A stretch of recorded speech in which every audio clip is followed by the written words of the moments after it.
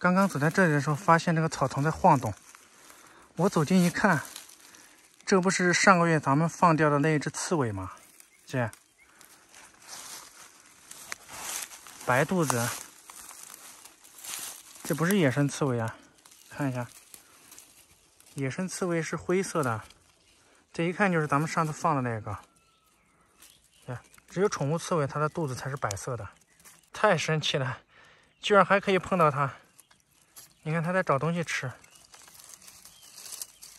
我们看一下它吃啥啊？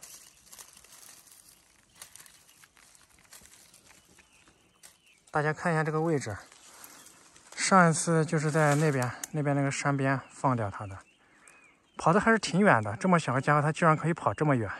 它给我看着，还认识我吗？哎呦，这个脾气还是和以前一样。你看，这个手一去，它就呼哧呼哧的，浑身的刺都立起来了。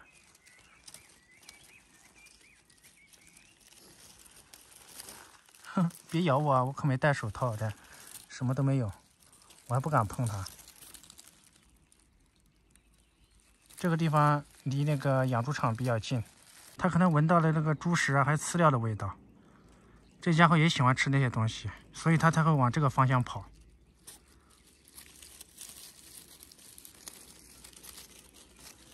说明它在外面还是生活的挺好的，这么久了，你看，好像还长胖了一点，足足的有1个多月了。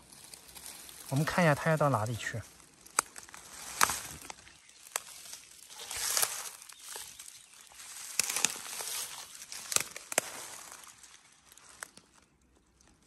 找地方躲起来了。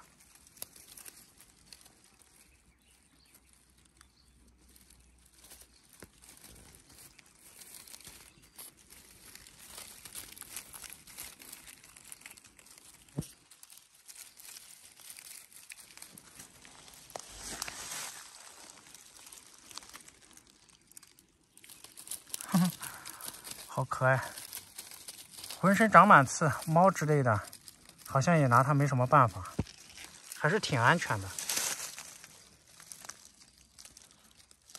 它在往山边跑。